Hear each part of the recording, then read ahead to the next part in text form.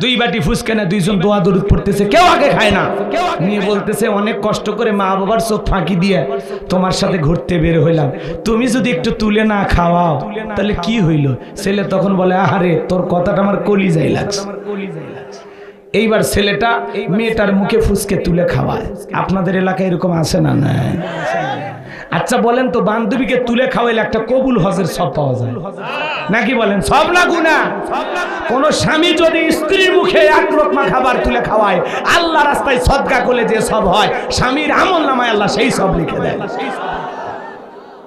আর তুমি বিয়ের আগে বান্ধবীর মুখে তুলে খাওয়াচ্ছ, হাই বিরিশ শয়তান। খবরদার, বিয়ের আগে কোনো অবৈধ প্রেম ভালোবাসা করা যাবে। আজকে যুবকদের চরিত্র নষ্ট হয়ে গেছে খালি এই মোবাইলের কারণে।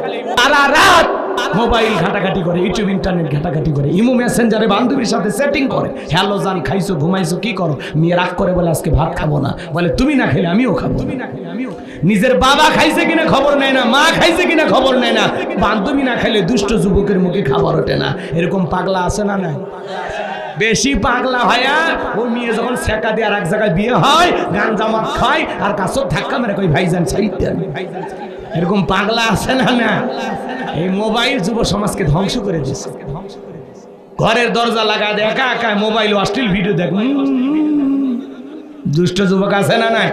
দেশে মোবাইল আইছে, চিঠি বন্ধ হইয়াছে, দিওয়ানা বানাইছে, পোলা মাইয়ার মনের কথা ভাসে বাতাসে।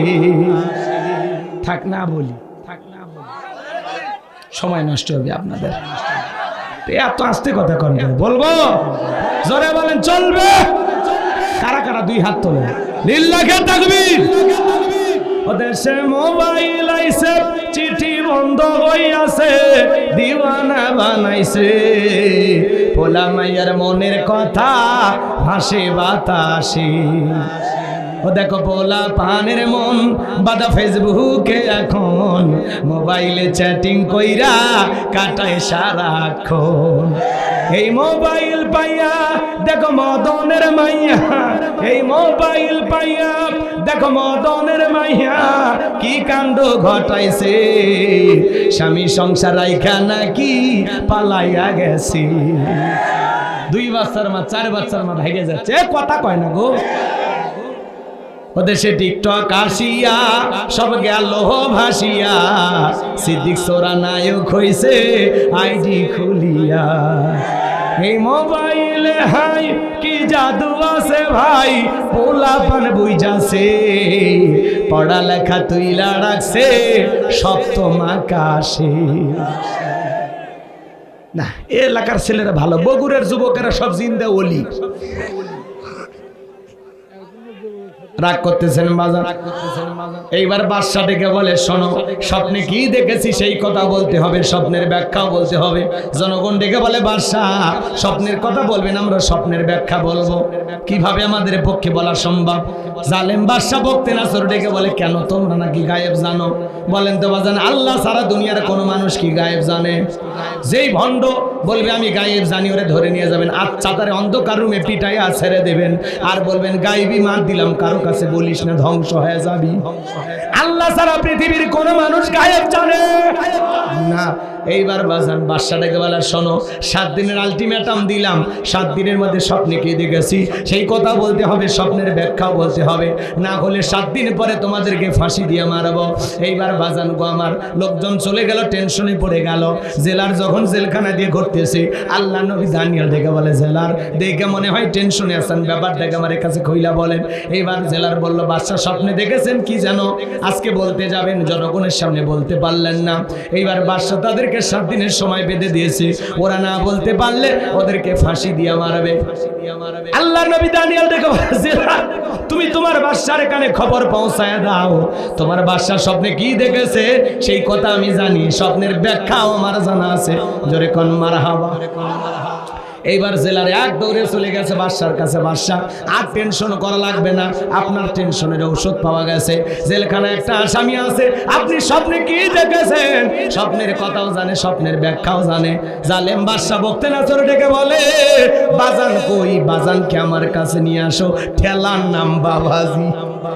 এইবার জেলার যায় বলে বাদশা আপনাকে ডেকেছে। আল্লাহর নবী দানিয়াল ডেকে বলে শোনো, আমার ৭০,০০০ লোককে গ্রেফতার করা হয়েছে, আমার একটা লোক জেলখানায় থাকা অবস্থায় আমি জেলখানা থেকে বের হব না। বাদশা যদি স্বপ্নের কথা জানতে চায়, স্বপ্নের ব্যাখ্যা জানতে চায়, আমার ৭০,০০০ উম্মতকে ছেড়ে দেওয়া লাগবে। আল্লাহু আকবার বলে। নবীদের কাছ থেকে নেতৃত্ব শেখা লাগবে। নবীরা কেমন নেতা ছিল, কথা কন। আর আপনি যাত্রার পিছনে মিছিল করতে যান, বল্টু ভাইয়ের চরিত্র, নেতা পাইছি আখ খান, ট্যাবলেট খান, ট্যাবলেট খান, ট্যাবলেট খান, যেখানে আমরা আছি সেখানে ট্যাবলেট খান, কবরে তোমরা কেন ওপরে। নেতার মিছিল করতে যায় বগুড়ে সাত মাথার থেকে ১০৫ জন পুলিশ ধরে নিয়ে গেল নেতা সহ। নেতার কাছে তো জেলখানা শ্বশুর বাড়ির মতো, সকালে ঢোকে বিকেলে বের হয়, পাওয়ার আসলে বের হয়। আর আপনি গরিব জনগণ রিক্সা চালান, ভ্যান চালান। যদি নেতা সত্যিকার নেতা হতো বলতে আমার জামিনের ব্যবস্থা না, এই রিক্সা চালক ভ্যান চালক শ্রমিক এরা আমার মহব্বত করে আমার মিছিল করতে আসছে, আমার একটা কর্মী জেলখানায় থাকা অবস্থায় আমি নেতা বাহিরে বের হব না। যেই নেতা আপনার বিপদে পাশে থাকবে, সেই নেতা আপনার দুঃখে কাঁদে, সুখে হাসে।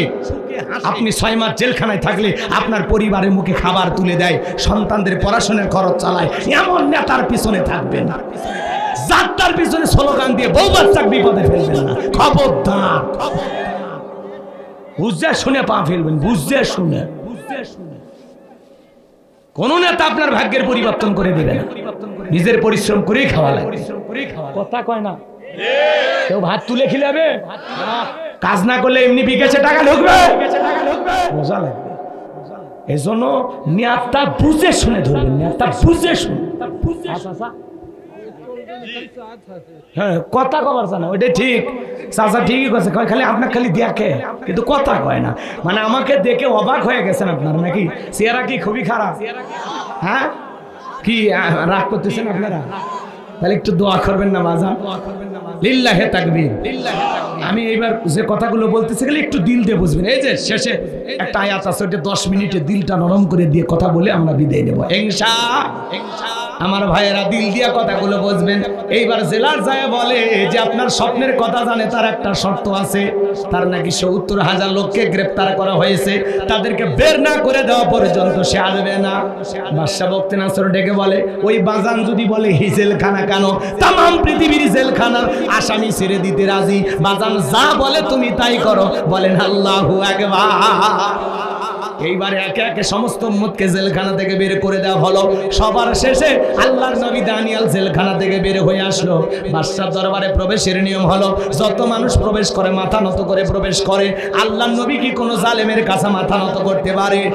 এই মাথা আল্লাহ ছাড়া দুনিয়ার কারো কাছে নত করা যাবে? ইয়্যাকা না'বুদু ওয়া ইয়্যাকা নাস্তাঈন, তোমার ইবাদত করি, তোমার গোলামি করি, সাহায্য তোমার কাছে চাই। ঈমানদার কোনো মাজারে মাথা নত করবে না, পীরের পায়ে নত করবে না, নেতার পায়ে নত করবে না। ঈমানদার মাথা নত করবে আল্লাহর কুদরতি কদমে সিজদা দিয়া মসজিদে। আল্লাহ ছাড়া এই মাথা দুনিয়ার কারো কাছে নত করা যাবে না। ঠিক আছে? এই মাথা নত করে শুধু আমাদের প্রভু, আমাদের মালিক, আমাদের আল্লাহ, তাকে সিজদা দেব। কথা ক্লিয়ার? এইবার শোনেন বাজান, দেহটাকে আঁটো-সাঁটো করে কৌশল করে মাথাটাকে উঁচু করে প্রবেশ করলেন। বাদশা বক্তে নাসর ডেকে বলে বাজান, যত মানুষ প্রবেশ করে সবাই মাথা নত করে, তুমি কেন নত করলা না? আল্লাহর নবী দানিয়াল ডেকে বলে যে আপনার স্বপ্নের কথা আমার মাথার মেমোরির মধ্যে সেভ করে দিয়েছি। তার কথা হলো তাকে ছাড়া দুনিয়ার কারো কাছে মাথা নত করা যাবে না। আল্লাহু আকবার বলে। এই কথা শোনার পরে বাদশা বলে বাজান ঠিক করেছো। বলে আমি যদি মাথা নত করতাম আপনার মতো স্বপ্নের কথা আমাকে ভুলিয়ে দিত, তখন আপনি টেনশনে পড়ে যেতেন, আমাকে মেরে ফেলতেন। তখন ডেকে বলে বাজান ঠিক করেছো, আসলেই তোমার মাথায় বুদ্ধি আছে, তুমি একটা বুদ্ধিমান ছেলে। মারহাবা কর। নবীরা বুদ্ধিমান না হইয়া পারে? নবীদেরকে এলেম আর জ্ঞান দান করেন কি? এইবার নিজে চেয়ার থেকে উঠে আল্লাহ নবী দানিয়ালকে চেয়ারে বসাইয়া দিল। তাহলে জেলখানা থেকে বের করে চেয়ারে বসাইয়া সম্মান দেয় কি? আল্লাহ আজ নাই? যাদের উপরে বিগত বছরে নির্যাতন জুলুম করা হয়েছে, মামলা হামলা দিয়ে জেলে ঢুকানো হয়েছে, ভবিষ্যতে তারা এমপি মন্ত্রী হবে না? এইটা খেলা, রাগ করতেছেন, এটা হলো আল্লাহর খেলা। কথা বলে ঠিক কিনা? যারা একদিন জুলুম নির্যাতন, যার পরীক্ষা যত বেশি তার সম্মান মর্যাদা তত বেশি। স্বর্ণকে পুরানো হয়, গহনা বানানোর জন্য। কথা কন। অনেক যুবক দেখবেন এক মেয়ে ওই যে কলস চেনেন না, মাটির কলস, কথা কয় না গো, ওই কলস নতুন বউ কি সুন্দর একটা শাড়ি পইরা কলসটা, এটা কি বলেন আপনারা, কমরের মধ্যে নিয়ে কি সুন্দর করে নদীর ঘাটে পানি আনার জন্য যাচ্ছে। যুবকেরা দেখে বলে, ইস, মানুষ না হয়ে যদি একটা কলস হইতাম। কথা কয় না কে? কলস তখন স্লোগান দেয়, আমি এমনি এই জায়গায় আসছি, আমার কোদাল দিয়ে ছুটাইয়া দেহ ক্ষত বিক্ষত করছে। এরপরে কুমার বাড়িতে নিয়ে যায় আমারে গোল করে কয়েকদিন পানিতে চুবাইয়া রাখছে। এরপরে আমারে পিটাইয়া চেষ্টা করছে, রোদে শুকায় আবার ভিজায়, আবার রোদে শুকায় আবারও ভিজায়। এরপরে গোল করে সুন্দর কইরা পড়াইয়া একদিন গোপন রুমের ভিতরে নিয়ে গেছে, অন্ধকার। আমি তো কান্দাকাটি শুরু করে দিছি। পরে আগুন লাগাইয়া আমারে পুরাইয়া, তাও বাজারে গেছি, মানুষ আমারে কেনার আগে টোকা দিয়ে দেখে। এত সহজে আমি মাজা দখল করি। এই জায়গায় আসতে অনেক পরিশ্রম করা লাগছে। কথা কোন ঠিক কি না? বিয়ে করেন আপনি বিয়ে করে বউ বাসর ঘরে ঢোকার আগে আপনার বউয়ের দেহটা দখল করে ফেলে দেয় স্বর্ণের সিন, কান দখল করে কানের দুল, স্বর্ণ। হ্যাঁ যুবক, তুমি কি মনে করো? আরে মানুষ না হয়ে যদি ওই মহিলার গলার সিন হইতাম, অতই সহজ। স্বর্ণ আগুনে পুড়ে পুড়ে পুড়ে পুড়ে গহনা তৈরি হয়েছে। কথা কোন ঠিক কি না? এই জন্য আপনি যখন নিজেকে ইমানদার মুসলমান দাবি করবেন, আপনাকে এই দুনিয়ার অনেক পরীক্ষায় পুড়ে পুড়ে খাঁটি ইমানদার হওয়া লাগবে। অত সহজ না, অত সহজ না। রাগ করছেন? করেন, সমস্যা নাই। আল্লাহ নবী এইবার কি বলবে শুনবেন না দোয়া করব বলেন? কারা কারা শুনবেন হাত দুইটা তোলেন। লিল্লাহে তাকবীর। আল্লাহ রাব্বুল আলামিন বলেন, তাবারাকাল্লাযী বিয়াদিহিল মুলকু ওয়া হুয়া আলা কুল্লি শাইইন কাদির। মহামান্বিত সেই সত্তা যার হাতে সর্বময় কর্তৃত্ব, রাজত্ব, বাবার ক্ষমতা। তিনি হলেন সব বিষয়ের উপরে ক্ষমতাবান। তাহলে সবকিছু ক্ষমতার একমাত্র মালিককে। এইবার 2 নাম্বার আয়াত বোঝানোর জন্য কয়েকটা মিনিট কষ্ট হবে আপনাদের। 2 নাম্বার আয়াত আল্লাহ বলেন, আল্লাযী খলাকাল মাউতা ওয়াল হায়াতা লিয়াবলুয়াকুম আইয়ুকুম আহসানু আমালা ওয়া হুয়াল আজিজুল গফুর।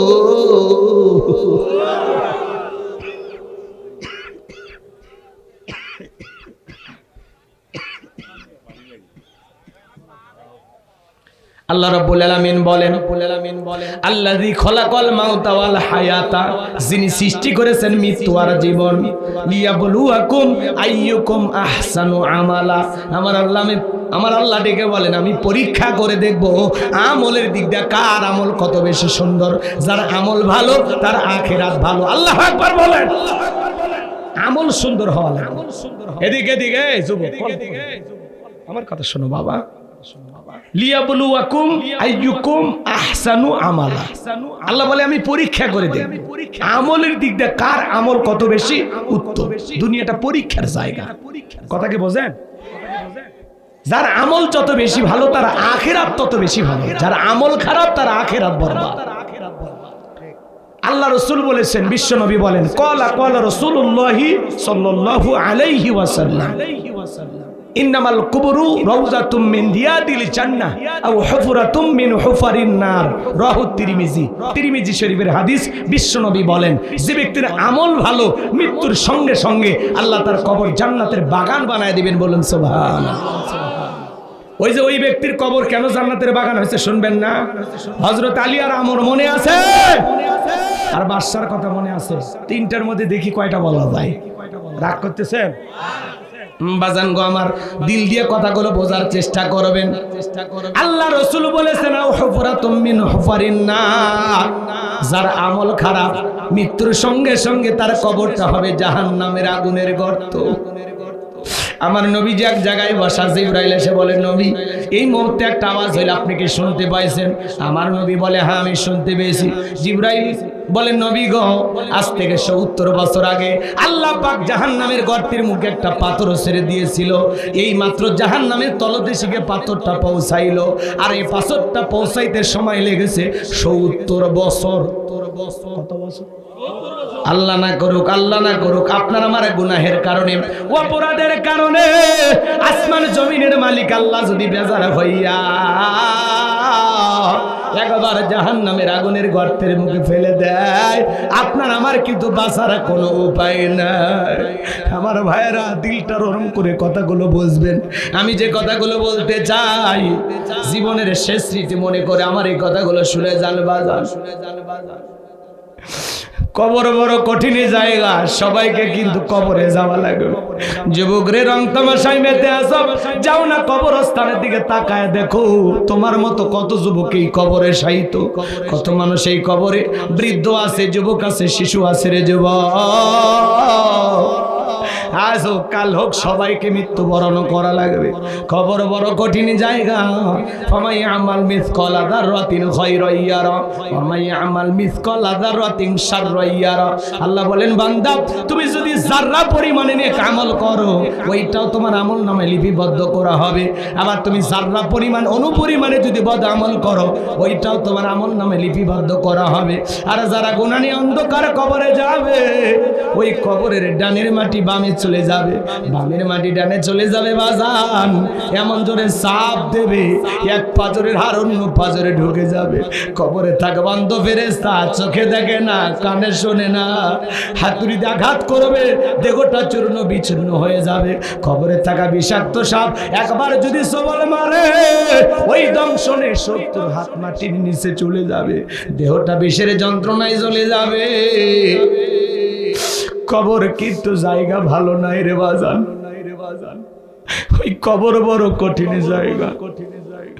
নবীর প্রিয় সাহাবী হযরত ওসমান রাদিয়াল্লাহু তাআলা আনহু কবর থেকে অঝরে চোখের পানি ছেড়ে দিয়ে কান্না করতেন। মাঝে মাঝে কান্না করতে করতে হযরত ওসমান কবরের পাশে অজ্ঞান হয়ে পড়ে থাকতেন। জান্নাতের সার্টিফিকেট প্রাপ্ত সাহাবী হযরত ওসমান। সাহাবায়ে کرام জিজ্ঞাসা করে, ভাই ওসমান কান্না করেন? হযরত ওসমান ডেকে বলেন, এই কবর হলো প্রত্যেকটা মানুষের প্রথম মঞ্জিল, প্রথম ঘাঁটি, প্রথম স্টেশন।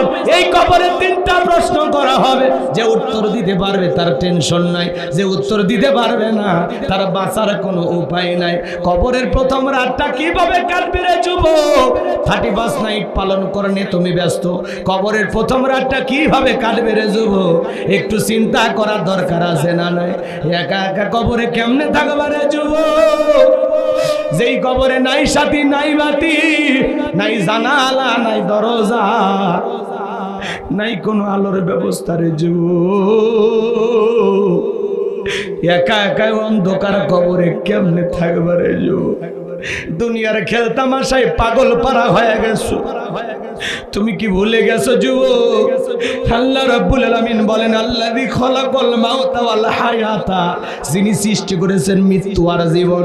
আল্লাহ সর্বপ্রথম আয়াতের শুরুতে মৃত্যুর কথা কেন বললেন বাজান? দুনিয়াতে আসার একটা সিরিয়াল আছে, যাওয়ার কিন্তু কোনো সিরিয়াল নাই।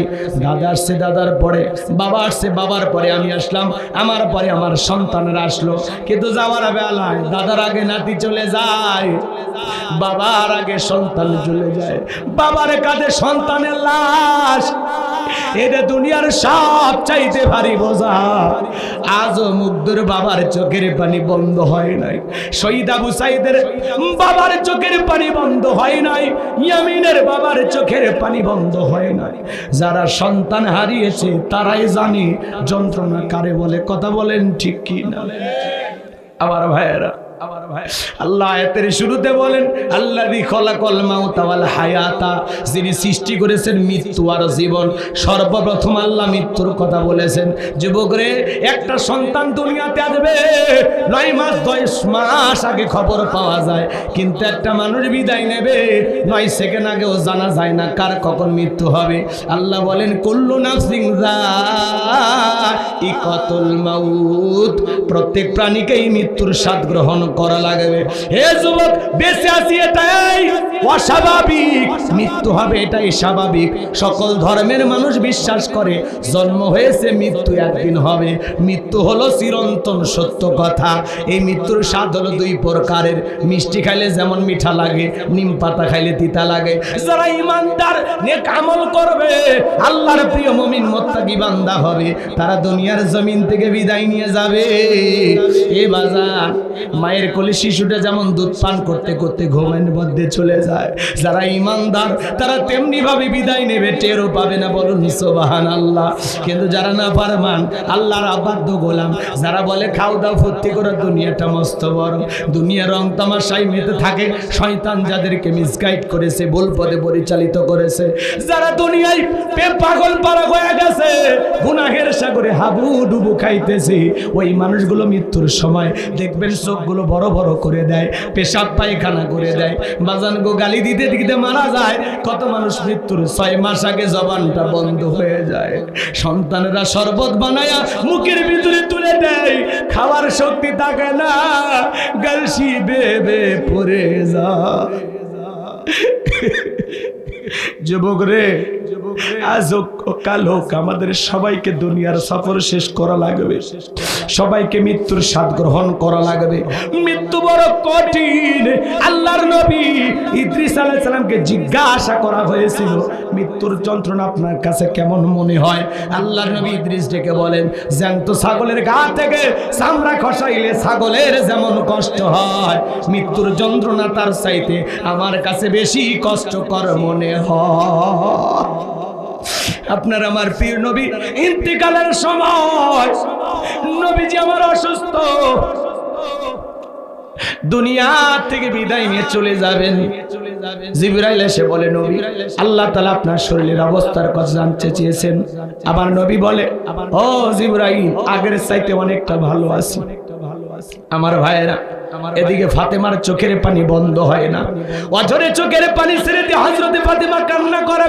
আমার নবী ডেকে বলে, মা ফাতেমা, তোর চোখের পানি আমি সহ্য করতে পারি না মা, তোর কানটা আমার মুখের কাছে লাগায় দে রে মা। হযরতে ফাতেমা নবীজিকে কত মহব্বত করতেন, বলতে গেলে আজকে অনেক সময় লাগবে, ওই সময় আমার হাতে নাই। হযরতে ফাতেমা বিশ্ব নবীর মুখের কাছে কান লাগায়া দিলেন, নবীজি ফিস ফিস করে কি যেন বললেন, হযরতে ফাতেমার কান্না বন্ধ হয়ে গেল। আম্মা জান আয়েশা জিজ্ঞাসা করেন, ও আমার মেয়ে ফাতেমা, তোমার আব্বা জানে কি এমন বলেছে মা, যার কারণে কান্নাটা বন্ধ হয়ে গেল? হযরতে ফাতেমা ডেকে বলেন, মা, আমার আব্বা জান আমাকে বলেছেন, বাবার ইন্তিকালের পরে সর্বপ্রথম বাবার সাথে আমার সাক্ষাৎ হবে। বোঝার বাকি নাই গো মা, বাবার ইন্তিকালের পরে বেশি দিন দুনিয়াতে আমাকে থাকা লাগবে না। নবীজির ইন্তিকালের পরে মাত্র 6 মাসের মতো ফাতেমা দুনিয়ার জমিনে জীবিত ছিল। আমার ভাইয়েরা, আসমান থেকে জিবরাইল আসলেন, ডেকে বলেন, নবী গো, আপনার ঘরে প্রবেশের অনুমতি চাই। তবে আসমান থেকে আজকে আমি একা আসি নাই, আমার সাথে আর একজন ফেরেশতা এসেছেন, যার নাম হলো মালাকুল মউত। দুনিয়ার কারো বাড়িতে ঢোকার অনুমতি নাই না গো নবী, কিন্তু আপনার অনুমতির অপেক্ষায় আমরা দাঁড়িয়ে আছি। নবীজি অনুমতি দিলেন, মালাকুল মউত বিশ্ব নবীর কাছে পৌঁছে গেলেন, আমার নবীজিকে সালাম দিলেন, আসসালামু আলাইকুম ইয়া রাসূলুল্লাহ ইয়া হাবিবাল্লাহ হুজুর। নবীজি সালামের জবাব দিলেন। মালাকুল মউত ডেকে বলেন, নবী, আপনি যদি অনুমতি দেন তাহলে আপনার জানটা আমি কবজ করব, আপনি যদি অনুমতি না দেন গো নবী, আমার আল্লাহ বলেছেন, আমার বন্ধু অনুমতি না দিলে রে মালাকুল মউত 1 সেকেন্ড দেরি করবি না, যতদিন মনে চায় আমার বন্ধু ততদিন দুনিয়াতে থাকবে। সুবহানাল্লাহ বলেন। আমার ভাইয়েরা, জিবরাইল বলেন, নবী, আল্লাহ তাআলা আপনার দিদের ইন্তজাম করতেছেন। আমার নবী ডেকে বলে, মালাকুল মউত, আজকে যদি আমি তোমারে ফেরাইয়া দেই, আর কি কোনোদিন আমার কাছে আসবা না? বলে, আল্লাহ তাআলা যেদিন অর্ডার দিবেন আবারও আমি সেই দিন আসবো। আমার নবী ডেকে বলে, মালাকুল মউত, আর আসতে হবে না, তুমি তোমার দায়িত্ব পালন করতে পারো। নবীজি যখন অনুমতি দিলেন বাজান, নবীজির রূহটা বের করার জন্য বিশ্ব নবীর বুকের উপরে যখন মালাকুল মউত আজরাইল হাত রেখে দিয়েছে, আমার নবী চোখের পানি ছেড়ে দিয়ে কাঁদে আর বলে, মালাকুল মউত আজরাইল, সহ্য করতে পারি না রে, তাড়াতাড়ি আমার বুকের উপর থেকে হাতটা নামায়া দাও। আমার নবী বলে, মালাকুল মউত, এই যদি হয় মৃত্যুর যন্ত্রণা, আমার উম্মতেরা সহ্য করতে পারবে না। মৃত্যুর আগে উম্মতের কথা বলে না, কেমন নবী পাইছি, সুবহানাল্লাহ বলেন। মালাকুল মউত ডেকে বলে, নবী বিশ্বাস করেন, দুনিয়ার সবচাইতে কম কষ্ট দিয়া আপনার রূহটা আমি বের করতেছি। আমার আল্লাহ আমাকে বারবার বলেছেন, মালাকুল মউত, দুনিয়ার কোন মানুষের রূহটা বের করার সময় আমি তোরে কিছুই বলি নাই, কিন্তু আজকে এমন একজন মানুষের কাছে যাবি যেই মানুষটার জন্য আমি আল্লাহ নিজে বড় ভালোবাসি। খবরদার রে মালাকুল মউত, আমার বন্ধু যেন কষ্ট না পায়। বিশ্বাস করেন নবী, দুনিয়ার সবচাইতে কম কষ্ট দিয়া আপনার রূহটা আমি বের করার চেষ্টা করতেছি। আমার নবী বলে, মালাকুল মউত, এই দিদি ভাই দুনিয়ার সবচাইতে কম কষ্ট আমার উম্মতেরা তো সহ্য করতে পারবে না, আমারে কথা দে, আমার উম্মতকে কষ্ট দিবি না। মালাকুল মউত দেখে বলে, নবী, ও নবী, আপনার উম্মতের মধ্যে যারা আপনাকে অনুসরণ করবে, আপনাকে নেতা হিসেবে মানবে, ও নবী, আপনার রেখে যাওয়া আদর্শ মোতাবেক চলবে, আল্লাহর প্রিয় গোলাম হতে পারবে, কথা দিলাম গো নবী, তাদের রূহটা বের করার সময় আমি ইহসান করব, কম কষ্ট দিব। সুবহানাল্লাহ বলবেন। এইবার যখন দ্বিতীয়বার হাত রেখে দিয়েছেন, আমার নবী আবারও কান্দে আর রেখে বলে, মালাকুল মউত, এ মালাকুল মউত, তাড়াতাড়ি হাত নামায়ালে, আমি নবী আর সইতে পারি না রে, তাড়াতাড়ি হাত নামায়ালে। আমার নবী দেখে বলে, মালাকুল মউত, আমার বুকের উপরে যখন তুমি হাতটা রেখে দাও, আমার কাছে মনে হয় পাহাড় আমার বুকের উপরে চেপে ধরা হয়েছে। বিশ্ব নবীর কাছে যদি মৃত্যুর যন্ত্রণা এমন মনে হয়, ও বগুড়ার মুসলমানেরা, তৃতীয়বার যখন হাত রেখে দিয়েছেন, নবীজির রূহটা যখন বের হয়ে যাবে, নবীজির ইন্তেকালের সময়,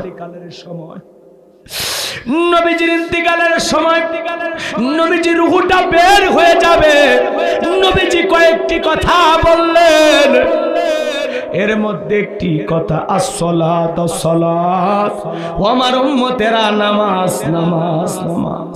নবীজি রূহটা বের হয়ে যাচ্ছে, এমন মুহূর্তেও আপনার আমার নবী আপনাকে আমাকে বলে গেলেন, ও আমার উম্মতেরা, নামাজ নামাজ নামাজ, আসসালাত আসসালাত আসসালাত। নবীজি জীবনের শেষ যে কথাটা বলে গেছে, এখানে যত নবীর উম্মত আছেন পায়ে হাত দিয়ে অনুরোধ করি, নবীর জীবনের শেষ কথা সালাত, 5 ওয়াক্ত সালাত কারা কারা আদায় করবেন, 2 হাত তুলে মালিককে দেখান। আল্লাহ আমাদের সবাইকে 5 ওয়াক্ত নামাজি বানায় দেন। আরেকটু জোরে বলেন না আমিন, আরেকটু জোরে বলেন আমিন। হাত নামান বাজান, হাত নামান।